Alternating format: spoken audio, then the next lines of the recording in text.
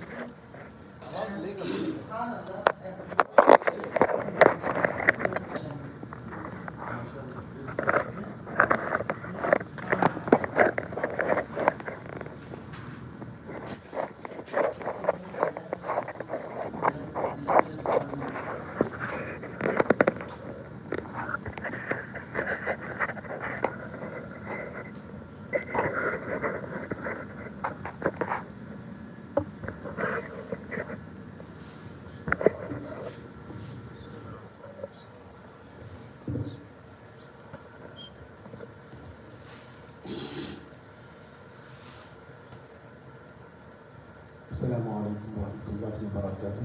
وعلیکم السلام ورحمۃ اللہ وبرکاتہ. الحمد للہ رب العالمین والصلاة والسلام علی سید الانبیاء واشرف المرسلین سیدنا وحبیبنا محمد وعلی آلہ واصحابہ اجمعین.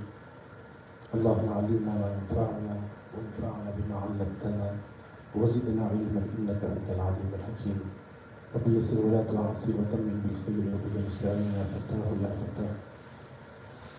حاضرین محترم سامعین کرام، الحمدللہ اربعین کے دروس کا سلسلہ جاری و ساری ہے. الحمدللہ اس سے پہلے کہ جو دروس رہے اس کے اندر عبادات کی اہمیت اور فضیلت پر گفتگو رہی.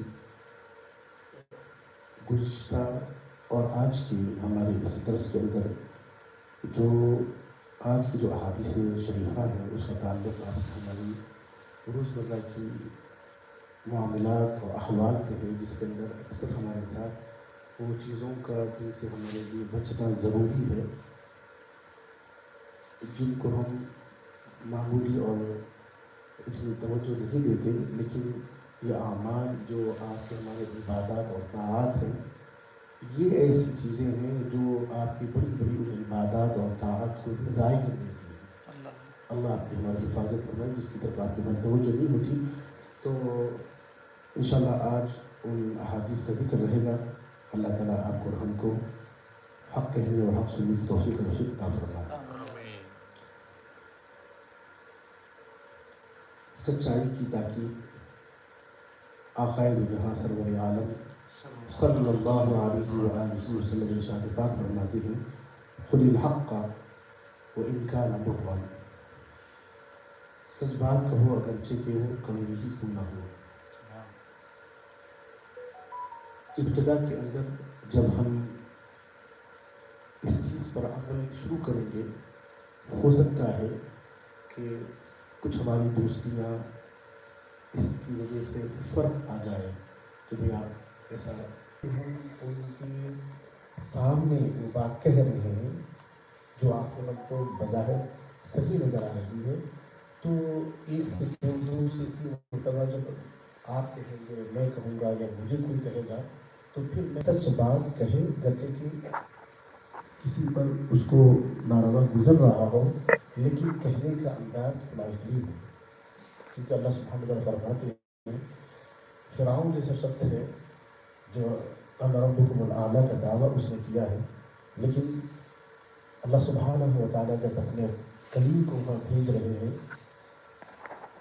اور ایسا نہیں ہے کہ فرعون حضرت موسیٰ کو اللہ فرمانے کو آپ ان کو دعوت دیں اور اپنے پاس بلائیں. اللہ فرمانے کہ آپ جائیں، اذهب الى فرعون انه طغى. آپ جو ہے فرعون کے پاس جائیں کیونکہ وہ سرکشی کر بیٹھا ہے. پھر آگے فرمایا ہاں اب جانا آپ کو ہے، آپ حق پر ہیں، لیکن ایسا نہ ہو کہ حق پر ہونے کی وجہ سے آپ کی گفتگو کے اندر، آپ کے مزاج کے اندر، آپ کے قول کے اندر تھوڑا سا، کیونکہ میں حق پر ہوں تو انداز کہیں سختی والا نہ ہو. اذهب الى فرعون انه طغى فقولا له قولا لینا، کہ نرم آپ کو جو دعوت ہے. حضرت موسیٰ کلیم اللہ کو حکم ہو رہا ہے، وہی حضرت اللہ سبحانہ و تعالیٰ قرآن کریم میں فرماتے ہیں ادعو الی سبیل ربک بالحکمت تو حق بات تو کسی وجہ سے چھوڑنا ہی نہیں ہے. ہاں انداز گفتگو نرم ہو لیکن حق بات جاری ہے. پھر آئندہ کہوں گا محفل میں نہیں کہنی چاہیے اللہ کی رضا کے لیے. اور جب اس طرح سے ایک دو مرتبہ ہوگا تو اللہ سبحانہ کہ آپ اپنے لیے نہیں کر رہے ہیں اللہ کے لیے کر رہے ہیں تو پھر اللہ سبحانہ و تعالیٰ آپ کی بات گرچہ کہ اس کے لیے تھوڑا سا کڑوی معلوم ہوگی لیکن آگے چل کر وہ آپ کو اپنا لیڈر بنائے گا. چلیے پھر سن سے ان سے پوچھیں گے کہ تو سیدھے سیدھے بول رہے تھے جو سننے والا نہیں تھے. تو اللہ سبحانہ و تعالیٰ آپ کو حق بات کہنے کی توفیق عطا فرمائے. آمین. جھوٹ کا نقصان. قال رسول اللہ صلی اللہ علیہ وآلہ وسلم الکذب ینقص الرزق. جھوٹ بولنے سے رزق میں کمی آ جاتی ہے. اور رزق جیسا کہ آپ حضرات بخوبی واقف ہیں یہ کئی معنی اس کے اندر آتے ہیں. اکثر و بیشتر آپ کے ہمارے ذہن میں رزق سے مراد وہی ہوتا ہے کہ کھانا پینا نہیں. جتنی دینی اور دنیاوی نعمتیں ہیں رزق کے اندر شامل حال ہے. تو چھوٹا سا جھوٹ ہے لیکن کتنی بڑی سعادتوں نعمتوں سے محروم کر رہا ہے ایک جھوٹ کہنا. تو لہٰذا جھوٹ سے اجتناب کرنا چاہیے. آپ کے ہمارے بزرگان دین میں جو بڑے لوگ جو ہوتے ہیں وہ پہلے کرتے کیا تھے کہ اللہ نے فرمان نہیں فرماتے تھے. ایک حکمت تھی. اللہ کے نبی صلی اللہ علیہ وسلم فرماتے ہیں جو حدیث میں تھا لیکن بڑے بزرگان ہوتی ہے پہلے کرتے کہ آپ کے دادا ایسے بولتے تھے ایسے نہیں کرنا, نانا بولتے تھے ایسے کرنا چاہیے. کیوں؟ کیونکہ آقا کی بہت اعلیٰ بات ہے. جب بچہ دادا نانا بابا چچا ان کی باتوں کے حوالے سے اچھا تو اس کو ان کا ادب اور احترام کی وجہ سے چھوڑ دے گا. کہیں ڈائریکٹ اللہ اس کے رسول کی بات کر دی جائے تو بچہ ہوتا ہے یا پھر انسان کسی کو اللہ شیطان اللہ نہ کرے کہ بھٹکا دے تو اس کے اندر حضرت آ جائے اور قرآن و حدیث کا کام نہ کرے. اس لیے بڑے لوگ ایسی کچھ مثالیں دے کر کہہ دیتے تھے کہ ایسا نہ کیا کرو.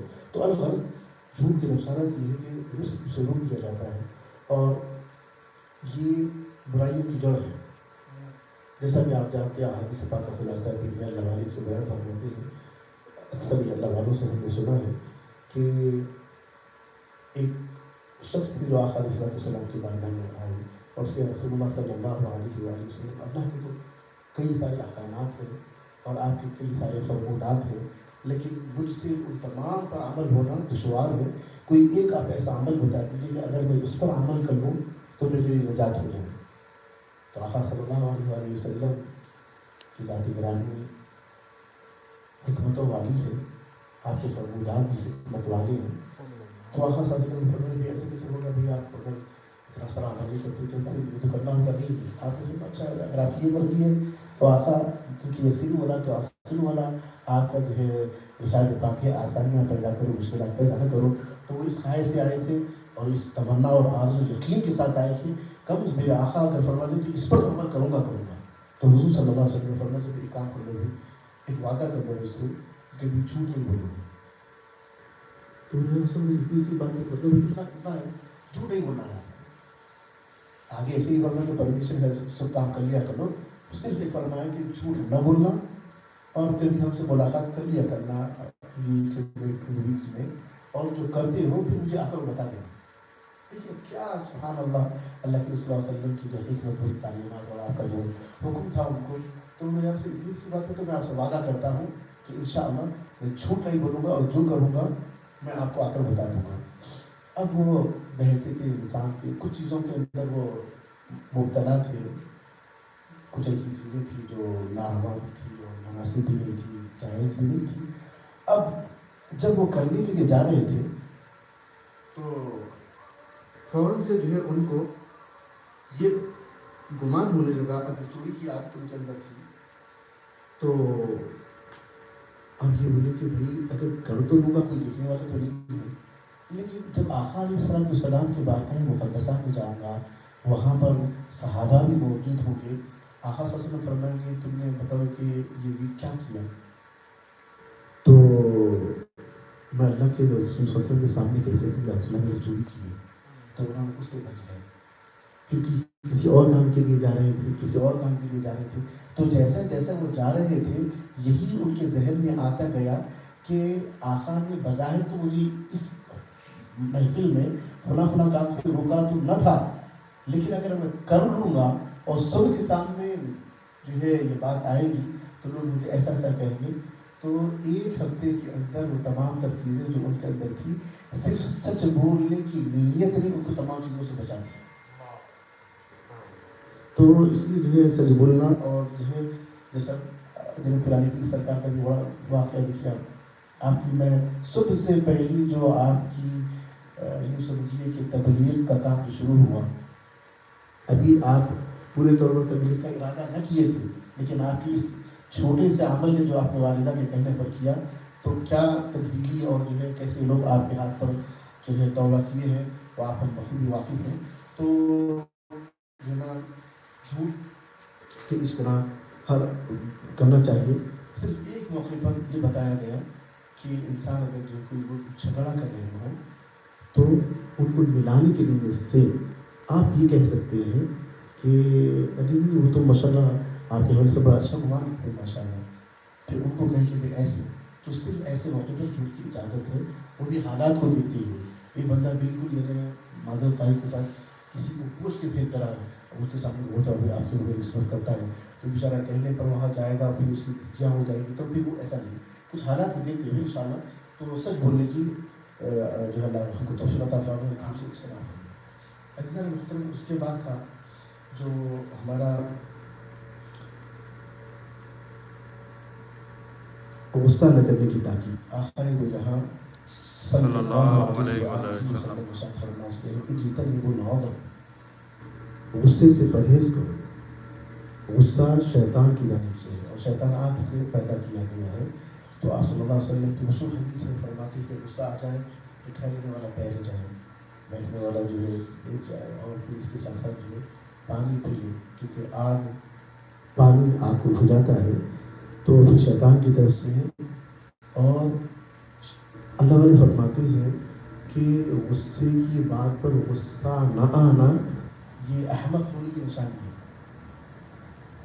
غصے کی بات پر غصہ نہ آنا یہ احمق کی نشانی ہے، اور غصے کی بات پر غصہ آنے کے بعد غصے کو پی جانا یہ مومن کی نشانی ہے. سبحان اللہ. اگر کسی کو غصہ نہیں آ رہا تو اتنا واٹر پروف ہے، اس کا اکثر سی نہیں ہے کہ لیکن غصہ آنا اور غصے کو پی جانا یہ مومن کی شان ہے، جس کو اللہ سبحانہ و تعالیٰ ارشاد فرماتے ہیں الذین ينفقون فی السراء والضراء والکاظمین الغیظ. کہ مومن کی شان کیا ہے؟ الذین ينفقون فی السراء والضراء، وہ ظاہر میں بھی اللہ کے راستے میں جو ہے پیسہ خرچ کر رہا ہے، باطن میں بھی کر رہا ہے. والکاظمین الغیظ، اور غصے کو پی جاتے ہیں.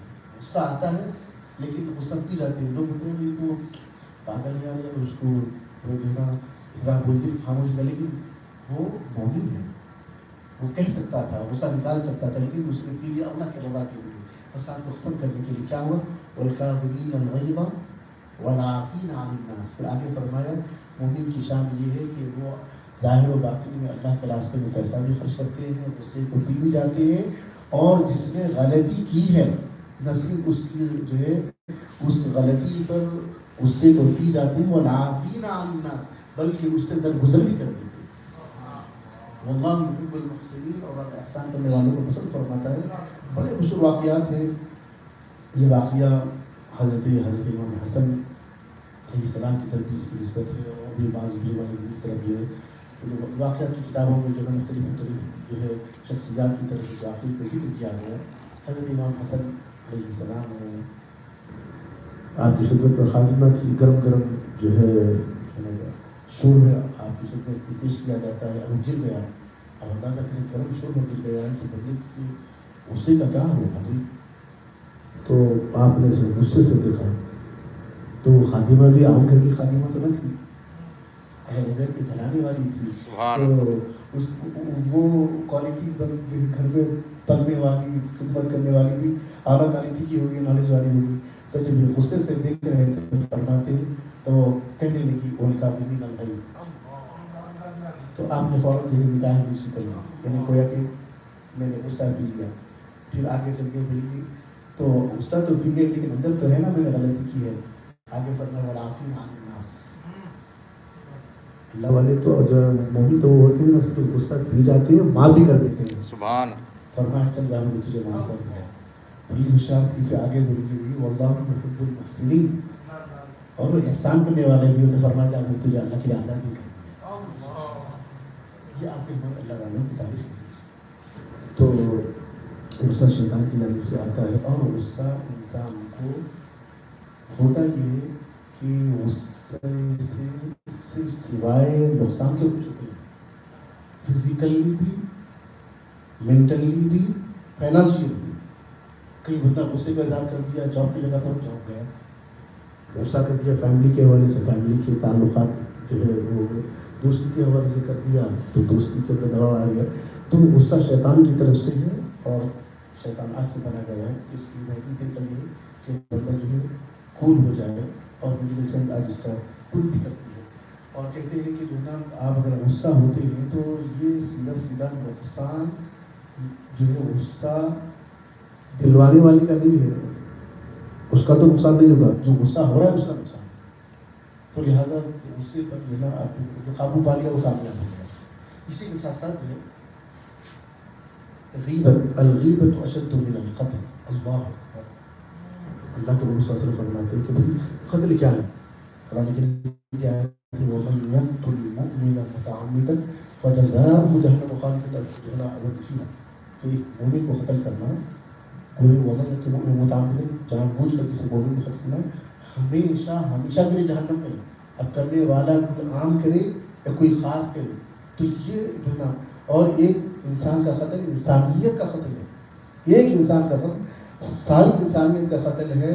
تو اندازہ کریں آپ، باوجود اس کے آقا صلی اللہ علیہ وسلم یہاں پر غیبت کی یعنی کیا کہتے ہیں کہ مذمت کو بیان کرنے کے لیے آپ مثال عطا فرما رہے ہیں کہ قتل کیسا عظیم گناہ ہے، اس سے بھی بڑھ کر غیبت کا گناہ ہے. تو الغیبت اشد من القتل، غیبت سے بڑھ کر جو ہے قتل سے بڑھ کر جو ہے غیبت ہے. تو اس سے ہوتا کیا ہے؟ غیبت کیا ہے اصل؟ یہ غابہ یا غیبو سے ہے، یہ غیب جو بندہ پریزنٹ نہ ہو اور اصل میں آپ اس کی بات کر رہے ہو، وہ بات کر رہے ہو جو اس کے سامنے کرنے سے وہ اس بات کو برا جانتا ہے. تو غیبت کی سادہ سی تعریف کیا ہے؟ وہ بات آپ کسی شخص کے پیچھے کرنا جو اس کے سامنے کرنے کی وجہ سے اس کو اچھا نہ لگے.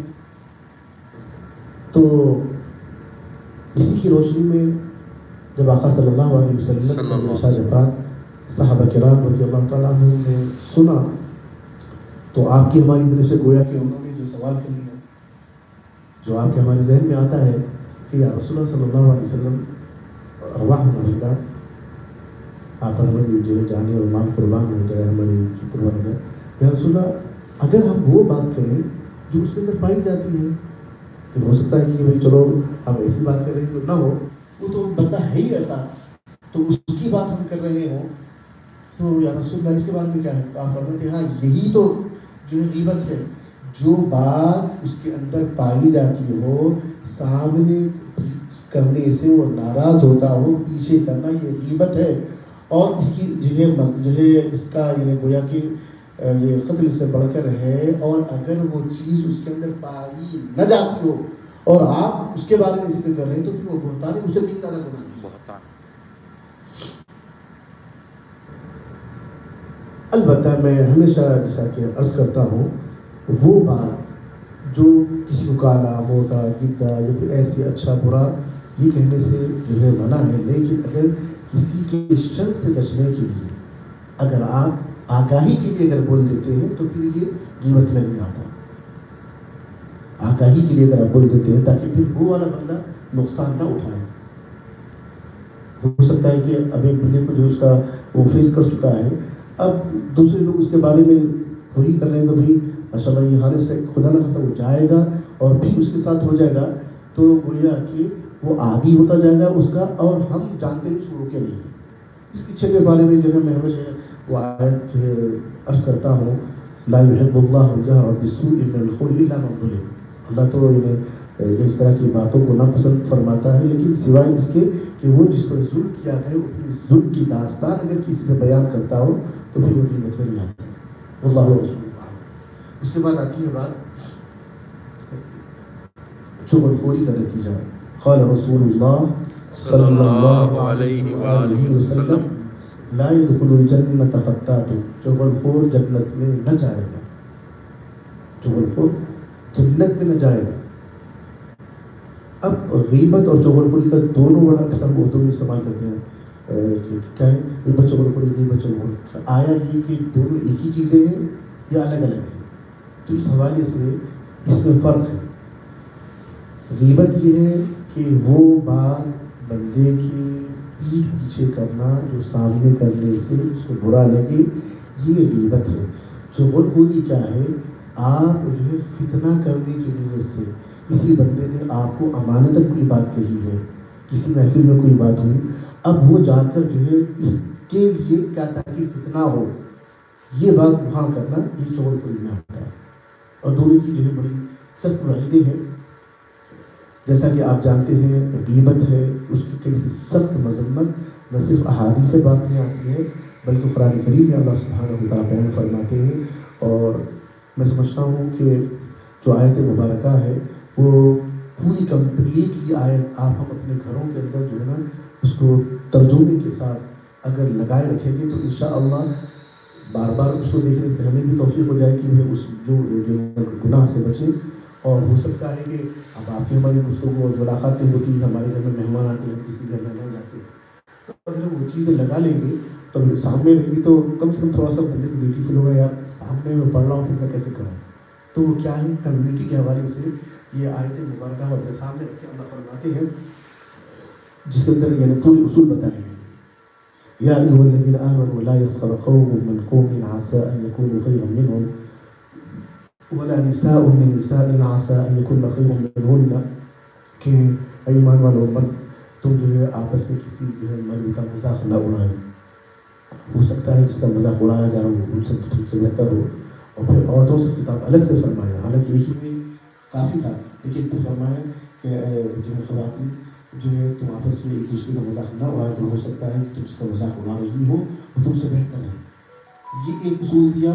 آگے فرمایا وَلَا تَلْمِزُوا أَنفُسَكُمْ وَلَا تَنَابَزُوا بِالْأَلْقَابِ بِئْسَ الِاسْمُ الْفُسُوقُ بَعْدَ الْإِيمَانِ، ایمان کے بعد اس طرح سے دینا کسی کی عیب جوئی یا اس کو غلط القابات سے پکارنا، یہ بہت ناپسندیدہ عمل ہے۔ بِئْسَ الِاسْمُ الْفُسُوقُ بَعْدَ الْإِيمَانِ وَمَن لَمْ يَتُبْ، اچھا چلو ہو گیا وَمَن لَمْ يَتُبْ، اس سے توبہ کرنا چاہیے، نہ کرے گا فَأُولَٰئِکَ هُمُ الظَّالِمُونَ، وہ ظالموں میں سے ہیں۔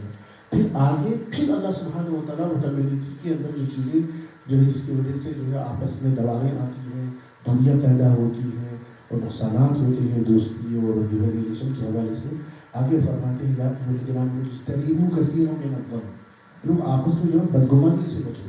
یا آمنوا اجتنبوا کثیرا من الظن، اچھا بدگمانی نہیں فرمایا پہلے، آپ قرآن کی آیت پر غور فرمائیں گے تو ایسا اسٹاپ لگا دیا جیسا کہ فرمایا کہ بھائی چوری نہ کرو، تو اس ورڈ استعمال فرمایا چوری مت کرو، لیکن جہاں بہت بڑی برائی ہوتی ہے تو اللہ وہاں پر جو ہے نا اس کے حوالے سے یہ نہیں فرماتی کہ وہ نہ کرو بلکہ فرماتی اس کے قریب ہی نہ جاؤ، جیسا زنا ہے وَلَا تَقْرَبُوا الزِّنَا، تو جو آگے پیچھے کی جو چیزیں اس تک لے جاتی ہیں اس سے بھی بچنا آ جاتا ہے اس میں۔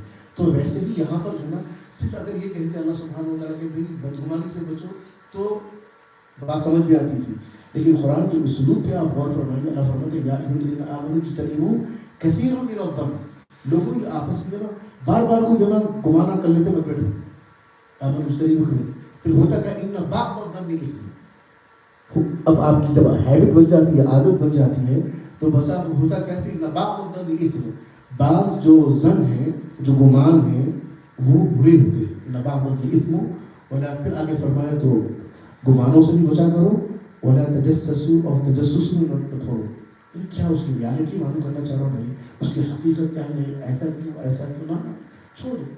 تو ولا تجسسوا ولا یغتب بعضکم بعضا، آگے ہاں تو غیبت سے متعلق ہے ولا یغتب بعضکم بعضا، اور آپس میں غیبت نہ کیا کرو، کیوں؟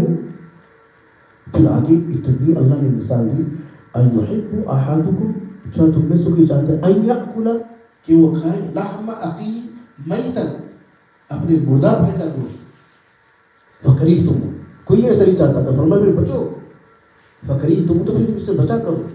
تو اللہ سبحانہ و تعالیٰ آپ لوگوں کو یہ اس سے محفوظ فرمائے. حضرت امام اعظم ابو حنیفہ رحمۃ اللہ علیہ کے حوالے سے، حضرت خواجہ حسن بصری رحمہ اللہ کے حوالے سے، بڑے بزرگان کے حوالے سے یہ واقعات منسوب بھی ہے. اور میں یہ سمجھتا ہوں کہ ہو سکتا ہے کہ جن کے حوالے سے نام ایسا ہوتا نا بھائی ایک سے واقعہ تھا وہ، لیکن دوسروں کا نام آ گیا تو ہو سکتا ہے کہ بائی مسٹیک انہوں نے جو ہے ان تک ان کی طرف منسوب کیا ہوگا. لیکن جہاں مختلف اولیاء کرام کے حوالے سے بات آتی ہے تو میرا گمان کہتا ہے کہ شاید ان سبوں نے کام کیا ہوگا. وہ کیا کہ اگر کوئی غیبت امام اعظم ابو حنیفہ رحمۃ اللہ کے حوالے سے آیا، خواجہ حسن بصری کے حوالے سے آیا، ابن بغدادی رحمہ اللہ کے حوالے سے آیا، کہ پتہ چلا کہ بھائی فلاں نے کسی نے آ کر کہا کہ حضرت ہو تو آپ اس کو اتنا چاہتے ہو تو آپ کی ایسی ایسی جو نا آپ کی خدمت کر رہا ہے. تو فرمایا اچھا تو آپ نے اس کو کچھ نہ کہا، فوراً بازار گئے یا اپنے مرید یا اپنے جو شاگرد یا اپنے فلاں سے کہا کہ بھائی تو تھوڑا سا میٹنگ تو سنتا تھا آج بجٹ پہنچے ہیں مجھے کھانے کو ملے گی. تو حضرت نے خود اس کو بھی دے دیا کہ تم لے آئے تم بھی کھا لے. اس کے بعد حضرت اس کے گھر پہ چلے گئے. اب وہ بندہ بولا کہ ان کو خبر تو نہیں ہوئی، میں نے فلاں کسی جا کے لگا دیا. تو حضرت بولے کہ السلام علیکم حضرت، یہ آپ کی مٹھائی شریف ہے. تو میں بول رہی ہوں تو فرمایا کہ آپ نے ہمارے لیے ہمارے ساتھ احسان کا معاملہ فرمایا، آپ نے غیبت ہماری کی تو آپ کی نیکیاں مجھے مل گئی، میری برائیاں آپ نے. اور حضرت ابو لیث رحمہ اللہ فرماتے ہیں کہ دعاؤں کی نہ قبول ہونے کی وجہ یہ ہے کہ غیبت نہ کرنا. کیوں اس سے ہوتا ہے کہ انسان لوگوں کے عیوب کی طرف اس کی نظر ہوتی ہے، اپنے عیب کی طرف نہیں ہوتی. تو اپنے عیب کی طرف نہ ہوگا تو اپنے کو درست نہیں کرے گا، اپنی جو ہے یعنی کیا کہتے ہیں کہ آپ کوئی اصلاح نہ کر پائے گا. تو اصلاح نہ کر پائے گا تو پھر برائیوں میں مبتلا ہے. تو اس کی وجہ سے اللہ سبحانہ و تعالیٰ جو ہے اس کی دعاؤں کو قبول نہیں کرتی. اس کی پوری تفصیل ہے کہ کافی سارے واقعات ہیں. تو انشاءاللہ ہم آخری بات جو ہماری اس سے پہلے رہ گئی تھی تکبر کے حوالے سے، تو ہم نے جو ہے اس کی کچھ اقسام جو ہے کچھ ریزنس بیان کیے تھے، کچھ آرٹ بتائے تھے، لیکن اس میں کچھ داخل نہیں گئے تھے. تو غرور کے حوالے سے، تکبر کے حوالے سے تو وہ کیا تھا، حدیث بات جو ہے نا یہ تھی کہ من تکبر وضعہ اللہ، اللہ اپنے فضل سے اللہ تعالیٰ کو قرآن اور صاحب قرآن علیہ الصلاۃ والسلام کا واسطہ ہے، اللہ کی اس میں حاضر کا واسطہ ہے کہ اللہ تعالیٰ مجھے اور تمام کو اپنے گھر والوں کو اپنا اسے محفوظ فرمائے. کہ میں نے اس کیا تھا اس سے پہلے کہ من تکبر وضعہ اللہ، تکبر کرے گا تو بندہ گر جائے گا بھی کافی تھا، اس کا مقام گر جائے گا، یہ کافی تھا انسان کے لیے سمجھنے کے لیے. لیکن حدیث کے لفظ پر غور فرما کہ من تکبر وضعہ اللہ، اللہ اس کو گرا دے. اللہ اکبر، تب کیا باقی رہ گئے. جیسا ہم اکثر پڑھتے ہیں ورفعنا لک ذکرک، کائنات کیا جو آقا صلی اللہ علیہ وسلم کے ذکر پاک کو مٹا سکتی ہے کیونکہ اللہ نے بلند کیا ہے. تو پوری کائنات مل کر بھی آقا صلی اللہ علیہ وسلم کی نہ عظمت بیان کر سکتی کیونکہ اللہ نے ان کے مقام کو عظمت عطا فرمائی ہے. تو ویسے ہی جو ہے اب تکبر کرنے والے کو اللہ گرا دیتا ہے، تو پھر کائنات کا کون سا بندہ ہے کہ اس کو عزت دے پائے اور اس کو فراہم کر سکے. تو آج جو ہے اس کو وجوہات بتاتے ہیں، اس کی وجہ سے جو ہے لوگوں کو تکبر کی بیماری لگ جاتی ہے. ان میں سے ایک فرماتے ہیں نمبر 1 پر اکثر ہمارے ذہن میں ہوتا ہے آج کی بھائی دولت، اور بھائی دولت آگے تو بندہ کہ وہاں تکبر کر رہا ہے نہیں، اس کو تیسرے نمبر پر رکھیے. پہلے نمبر پر علم کی وجہ سے انسان کو گھمنڈ آتا ہے کہ بھائی میں زیادہ جاننے والا ہوں، میں نے آلریڈی وہ بات سن چکا ہوں، میں آلریڈی اس کا پڑھ چکا ہوں، تو مجھے معلوم ہے یہ چیز. آپ کے ہمارے بزرگوں نے دی، اور واللہ ہم نے ماشاء اللہ آپ حضرات میں دیکھو گے ہم اپنے اساتذہ کرام کو جب ہم درس نظام میں دیکھتے تو ہم نے اساتذہ کو دیکھا جو اپنے اساتذہ کا ادب کرتے اور پھر اللہ کی توفیق سے کچھ ہم کوشش کرتے تھے اس ادب کرنے کی. جو ایک بات ہوتی ہے درس میں تو بار بار آپ جاتے ہیں حدیث پاک مختلف روایات سے وہی حدیث ہوتی ہے، وہی واقعہ ہوتا ہے.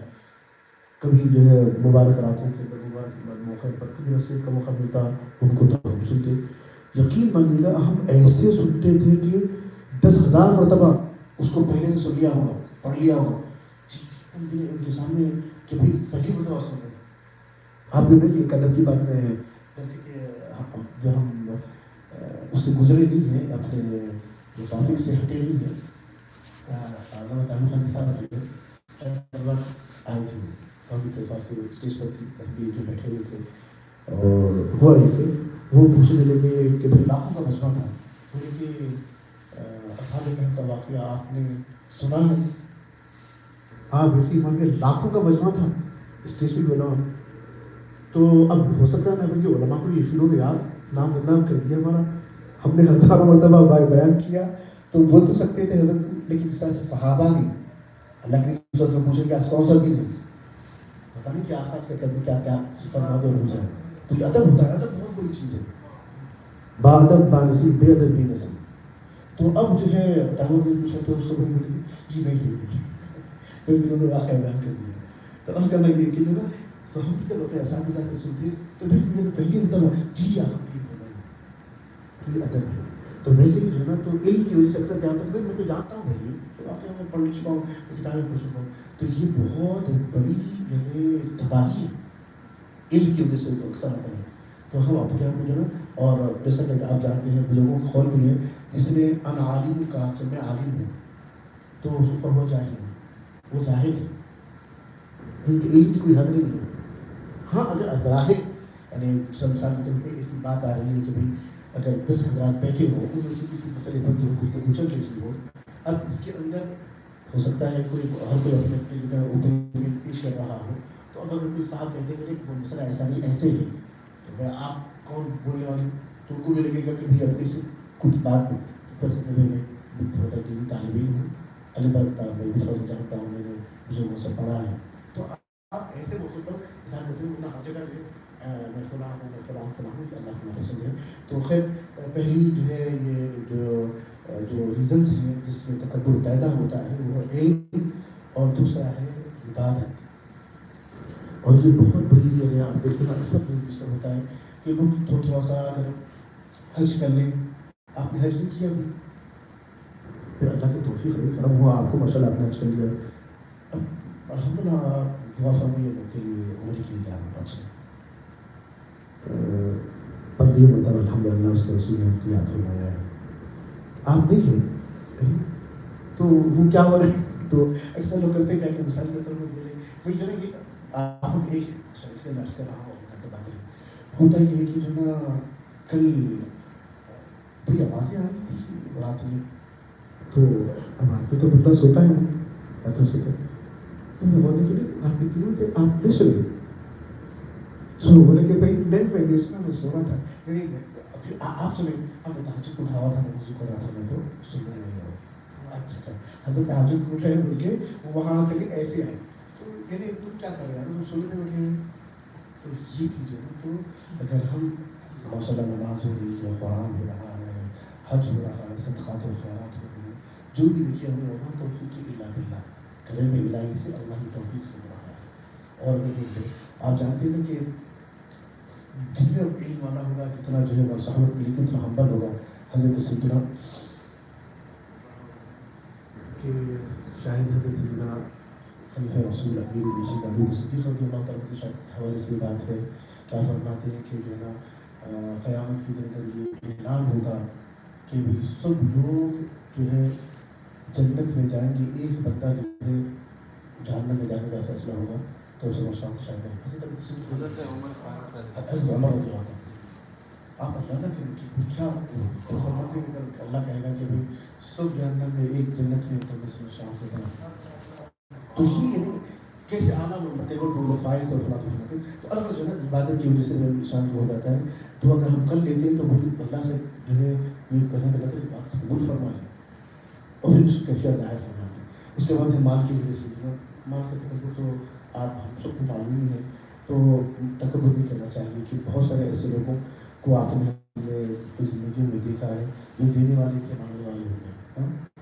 تو تکبر نہیں, یہ سب اللہ کی دی ہوئی چیزیں کہ دیکھیے میں ہمیشہ بات عرض کرتا ہوں کہ میرے پاس گاڑی نہیں ہے، مثال کے طور پر میرے پاس گاڑی نہیں ہے، میں آپ کی گاڑی لے لیا، بڑی ماشاء اللہ اعلیٰ قسم کی اور جو ہے جی کار ہے، اب ماشاء اللہ مفتی صاحب ماشاء اللہ مبارک آپ کو میری نہیں اس کہنے کا مبارک کو تو قبول کر سکتا تھا میں اس لیے قبول کرتا بھی نہیں کیونکہ میری یہی نہیں میری بھائی کی دی جو واپس کرنا ہے مجھے، تو ویسے ہی مال دولت علم کے فلاں فلاں فلاں آپ کا ہمارا ہے ہی نہیں، اللہ کی عطا ہے، اس کی عطا پر ہمارا کیونکہ جو دیا ہے وہ چھین نہیں سکتا ہے، اس لیے مال جو ہے نا، اور پھر مال کے حوالے سے عربی لفظ ہے مال، اللہ قرآن کریم میں فرماتا ہے المال والبنون زینۃ الحیات الدنیا والباقیات الصالحات خیر، تو مال کے مطلب مالا یعنی عربی میں کہتے ہیں مال، کبھی ادھر ہوتا تو ہاتھ جھاڑ ہوتا ہے ادھر ہوا میں دیکھیں گے ادھر ہوتا تو مالا یعنی، تو مال جو ہے کبھی کسی کے ہاتھ میں رہ گیا ورنہ کتنے نواب ہیں، کتنے کے بادشاہ ہیں، آپ ہم انڈیا پاکستان بنگلہ سے ہیں، بہت سارے ایسے محلات ہیں ہمارے پاس جہاں آپ ماشاء اللہ سے بیگم بازار، تو بیگم بازار ایسا تھا کہ صرف وہاں خواتین ہی جا سکتی کی نظر نہیں تھی کہ بعض محلات ایسے ہیں کہ اس محلوں کی طرف نظر اٹھانا بھی بے دل سمجھ جاتی تھی، واللہ آج ہم اپنی آنکھوں سے دیکھے ہیں وہاں لوگ ٹھہر کے پیشاب کرتے ہیں، کیا ہو گیا کتنے نہیں لمٹ ہے، تو یہ سب چیزیں جو ہے نا جتنا یہ سب چیزیں اللہ کی دی ہوئی ہے اس پر فخر نہیں، تو مال سے بھی بندے کو غرور آتا ہے، اس کے ساتھ ہے حسد و نسب چلتا ہے، حسد نسب فلاں فلاں فلاں میں ہمارا قبیلہ ہمارا خاندان، آپ دیکھیے گا آپ کو معلوم ہے کیا معلوم آپ کو نام سے ان کا جی ہمارا تعلق وہاں سے حسد و نسب یہ ان کے دلی نسبتیں بھی مل جاتی ہیں، کرم الہی ہے، چاہے عبدالعلی کی سرکار کی اولاد سے ہو، خاتم سرکار کی اولاد سے ہو، اللہ کی وجہ یہ تو کرم ہو گیا نا پھر، ورنہ کوئی اور بھی وہاں پیدا ہو جاتا ہے، تو پیدا ہونا کسی کے ہاتھ میں نہیں، اللہ کے نے کیا ہے وہ نسبت، تو اس شرف پر ہم کو جو ہے اور مزید جو ہے تواضع ہونی چاہیے، اس کے بعد ہے منصب جو ہوتا ہے، اب آپ عہدہ ملا ہوا ہے، اب جیسا چاہے آپ کے ہمارے انڈر میں بندے کو جیسا نہ چاہے بھی کر رہے منصب مل گیا، تو اس کا جو ہے ذرا آپ وہ کر لیتے ہیں تو یہ بھی غرور کی وجہ بنتی ہے، میں فلاں پوزیشن پہ ہوں، آپ نے کبھی آپ کون سی کمپنی میں کون سی جاب پہ، تو جی ہم فلاں اس میں مینیجر ہوں، فلاں ہوں، فلاں کمپنی کا میں ڈائریکٹر ہوں، میں فاؤنڈر ہوں، فلاں ہوں، تو یہ منصب کا جو فخر ہے، تو یہ بھی اس وجہ سے بھی ہوتا ہے، دوسرا ہوتا ہے طاقت کا، طاقت ماشاء اللہ آپ شکر ہے میں اتنے کو پچھاڑ سکتا ہوں، لیکن واللہ آپ کی ہماری آنکھوں نے دیکھا ہے جو 10 بندوں کو پچھاڑ دیتے تھے جب ان کی عمر ہو چکی تو اس کے بعد وہ اگر جو ہے کسی محفل میں آتے تو 4 بندوں کا سہارا نکالتے، ہم نے ایسا بھی دیکھا کہ ایسی آواز تھی وہ محلے میں آتے تو پتا چلتا تھا کہ کوئی ایسی آواز ایسا شیر بنتا، لیکن جب ان کا آخری وقت آیا تو یقین مانیے گا کہ میں نے اپنی آنکھوں سے دیکھا اللہ، تو طاقت بھی مل جائے تو اس پر بھی غرور ہے، تب ہم کو اپنی طاقت پر اپنے منصب پر شکر الہی کرتے ہوئے ہمبل ہونا چاہیے کہ بھائی میں اس منصب سے کیسا دوسروں کو فائدہ پہنچاؤں، کیسا لوگوں کو تعاون کروں، طاقت مل جاتی ہے فزیکلی ہو یا فلاں ہو تو میں کیسا ان کی ضرورت فراہم کر پاؤں، تو پھر آپ کی طاقت یہ قابل مبارکباد ہے۔ اس کے بعد ہے کہ اور یہ حسن کی وجہ آتی ہے حسن و جمال، کھانا ہے اب وہ اکثر جو ہے نا ہم مثال دیتا ہوں کہ دوسروں کے اکثر ایسا ہوتا ہے کہ جیسا ہم نے پڑھانے کے بھی کسی کو برا القابہ سے نہ پکارو یہ کرو نہ کرو ایسے ایسے، تو اکثر دوستوں میں ہوتا ہے کہ جو ہے کوئی کارے ہوتے ہیں چاند ہے کیوں کھاتے ہیں بیچارہ ہے یار کھانا اس کو چاند بول کے تو کیسا ہوگا، تو الغرض تو حسن و جمال کا فخر ہے، تو آپ جانتے ہیں خدا نہ خاص خواتین ہوتی ہیں، سب سے زیادہ نام رکھنے کے لیے خواتین کے دل مرض ہوتا ہے نا، تو کئی ایسی ہوتی ہے کہ خدا نہ خاصہ پکاتے پکاتے جو ہے نا آگ لگ گئی اور جو ہے ان کا چہرہ کھل گیا، بیماری کی وجہ سے کچھ ہو گیا، سارا حسن چلا گیا، تو یہ چیزیں جو ہے انسان کو جو ہے فخر نہیں بلکہ شکر کرنا چاہیے۔ آخری بات آتی ہے وہ ہے کامیابیوں کا نہیں، جس کو اکثر کامیابی ملتی ہے تو اس کو فخر آ جاتا ہے، بھائی میں تو وکیل کو لہٰذا میں تو سنا ہو جائے، میں تو فلاں بزنس کروں گا کامیاب ہو جاتا ہوں، میں تو فلاں کروں تو کامیاب ہو جاتا ہے، تو فلاں کروں تو الحمدللہ بھائی ایسا نہیں ہے، یہ کامیابی اللہ کی عطا سے ہوئی ہے، تو کامیابیوں پر فخر نہیں، کامیابی دینے والے کو شکر کرنا چاہیے. تو اللہ سبحانہ و تعالیٰ آپ کے ہماری کہنے سننے کو قبول فرمائے, آپ کے ہمارے ظاہر باطن کو جو ہے پاک فرمائے, آپ کے ہمارے اخلاق کی اصلاح فرمائے.